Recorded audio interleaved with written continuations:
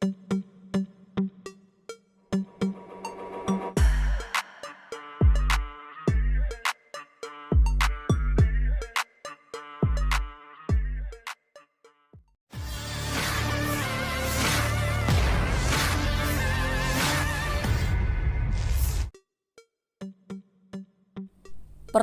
yang melibatkan dua negara bekas Uni Soviet, Rusia dan Ukraina semakin memanas.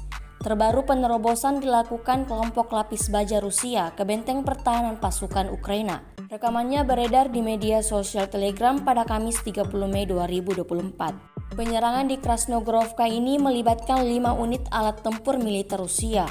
Posisi musuh dan pasukan darat Ukraina terancam di benteng pertahanannya.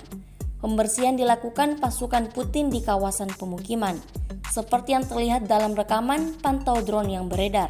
Kendaraan lapis baja Rusia maju menerobos dan menyerang benteng pasukan Zelensky. Video ini kemudian viral dan menjadi perbincangan warganet.